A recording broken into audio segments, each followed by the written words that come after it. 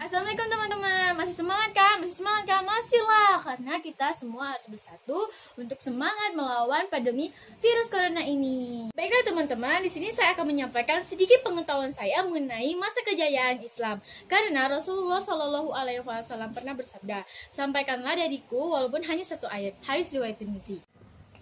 Islam dalam perkembangannya telah memberikan dampak yang besar sekali bagi peradaban dunia ini. Contohnya seperti Imam Muslim Al-Batani, seorang astronomi Arab yang lahir pada 1813 di Tanah Arab.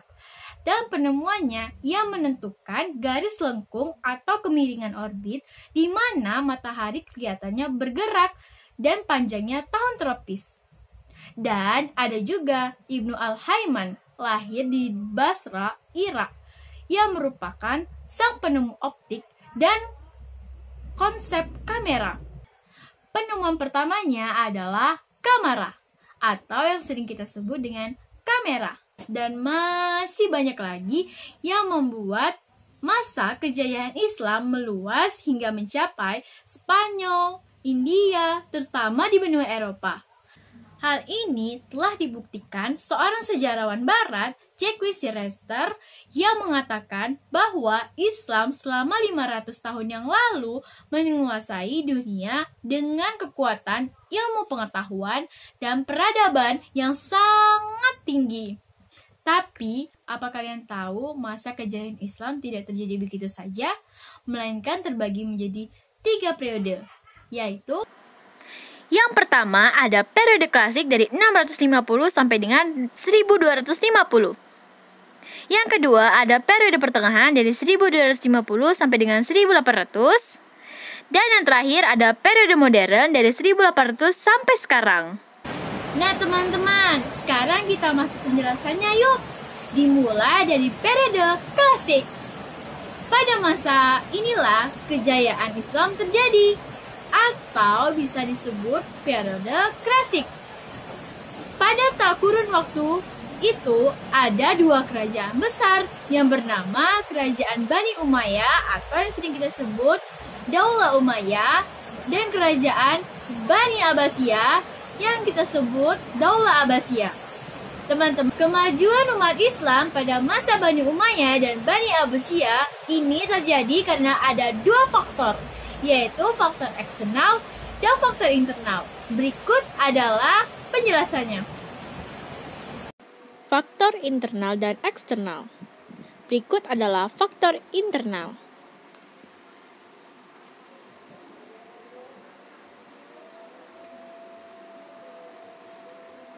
Selanjutnya ada faktor eksternal sebagai berikut.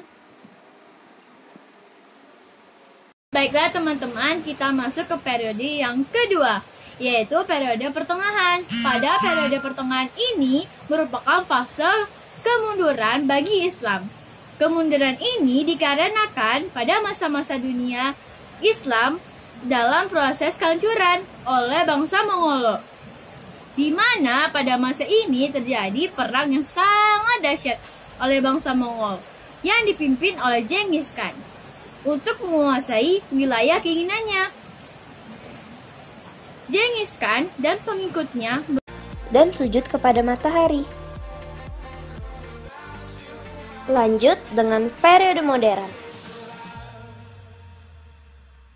Pada periode modern ini merupakan periode yang disebut sebagai periode kebangkitan Islam, yaitu ditandai dengan kemunculannya para pembaharuan Islam hingga saat ini. Dari beberapa faktor periode di atas, muncullah tokoh-tokoh Islam yang memiliki semangat berijtihad dan mengembangkan berbagai ilmu pengetahuan. Di antaranya,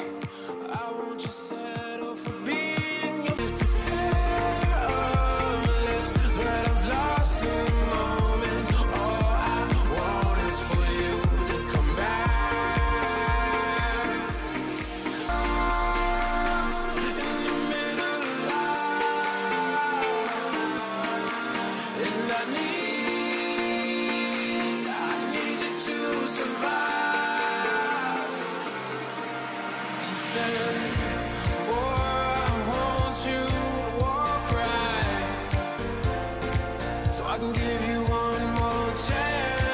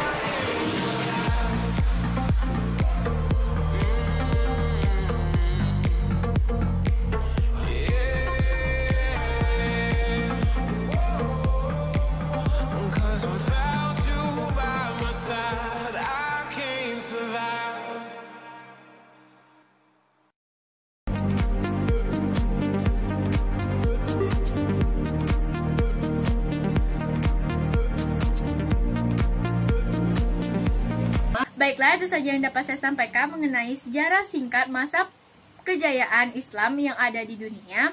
Lebih dan kurang saya mohon maaf, kepada Allah saya mohon ampun. Wabillahi taufiq wal hidayah. Syukran musyadatikum wa ilal liqa. Assalamualaikum warahmatullahi wabarakatuh. Dadah.